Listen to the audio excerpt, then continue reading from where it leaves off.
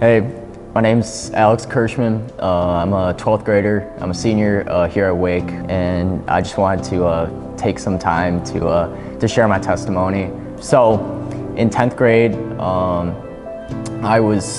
there were two things that really defined who I was. One of those things was being a baseball player. I took a lot of pride in that, and the other part was being a car designer. And I really allowed those things to engross my life, to engross like who I was, and my identity was found in those worldly things, and it wasn't rooted in the right place. And because of this, I started to see this digression of my identity, and my baseball season that year started horribly. Couldn't do anything right, like error after error, and that just like took me down a rung. And then I started entering like art competitions, design competitions that I had won in previous years, and I didn't even get a mention in any of those. And God said, all right, I'm gonna take you down another one.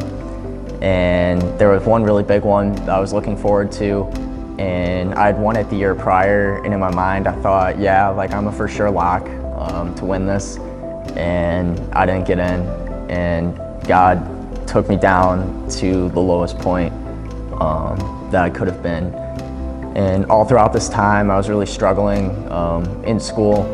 I took a lot of pride in my academics, even though I wasn't doing it ethically, and I got in trouble with the administration. I got suspended.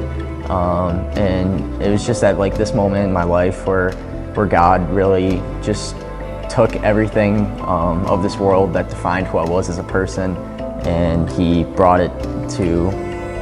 made it come crumbling down to the ground. And throughout the season, like I was just broken. I just didn't know where to go or what to do. And then my parents, all throughout this season, told me like, we're praying that God will humble you.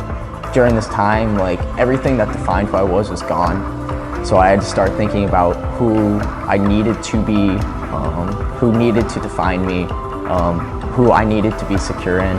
And the obvious answer was the church and God, really finding a strong personal relationship with Him.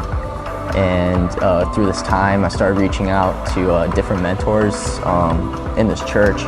I started going out to lunch with them, and I started to really make my faith my own, because it was just, I had nothing else, and I needed to find a secure identity, and I found that secure identity in Christ first and foremost. And once all the things that defined me were gone, I had like a new chance to be redefined as a child of God, and I wanted this to happen, especially going into this, because like I said, I had nothing. And throughout the season, all of a sudden things started to change. I started performing better athletically.